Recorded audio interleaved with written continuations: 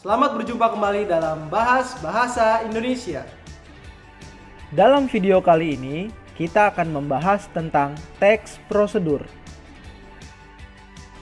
Adapun KD kali ini adalah merancang pernyataan umum dan tahapan-tahapan dalam teks prosedur dengan organisasi yang tepat secara lisan dan tulis. Struktur. Struktur berkaitan dengan urutan yang harus ada dan dilihat secara teratur. Struktur teks prosedur sebagai berikut. Yang pertama adalah tujuan. Tujuan adalah hasil akhir yang ingin dicapai setelah urutan dalam proses. Manfaat tujuan adalah sebagai penanda kegiatan sesuai dengan harapan. Yang kedua adalah langkah kerja. Langkah kerja adalah cara yang dilakukan untuk mencapai tujuan yang telah ditetapkan. Langkah-langkah itu merupakan urutan yang tidak dapat diubah urutannya. Yang ketiga adalah penutup. Penutup adalah pernyataan akhir yang harus diikuti dan dipahami pembaca. Dengan demikian, prosedur yang dibuat dapat dijalankan dengan baik sesuai ketentuan. Kaidah penyusunan teks prosedur. Kaidah penyusunan teks prosedur berkaitan dengan unsur-unsur yang harus ada dalam teks tersebut. Unsur-unsur disusun agar prosedur yang dipaparkan dapat dilakukan dengan baik.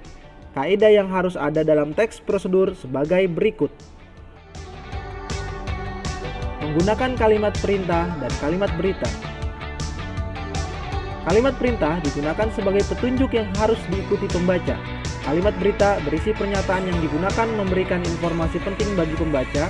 Informasi ini harus dibaca dan dipahami pembaca agar hal-hal pokok tentang prosedur yang diikuti dapat dilaksanakan dengan baik. Menggunakan langkah kerja. Tahap-tahap dalam teks prosedur harus dilakukan secara urut. Urutan ini mengakibatkan proses yang dapat menghasilkan sesuai dengan tujuan. Menggunakan benda dan pelaku. Benda adalah barang-barang dan segala kelengkapan yang harus ada dalam teks prosedur. Pelaku adalah orang yang melakukan langkah kerja sesuai dengan ketentuan. Menggunakan kata kerja. Kata kerja berfungsi untuk menunjukkan adanya langkah kerja yang harus diikuti. Kata kerja yang digunakan dapat berbentuk verba tingkah laku, contohnya memahami, mengerti, dan verba material, contohnya membuka, menutup, dan memasukkan. Menggunakan kata sambung. Kata sambung yang digunakan dalam teks prosedur antara lain: 1.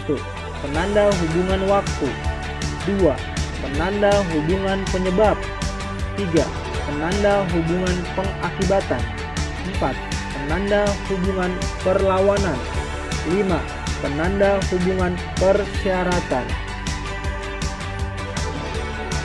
Terima kasih atas perhatiannya. Sampai jumpa di video selanjutnya.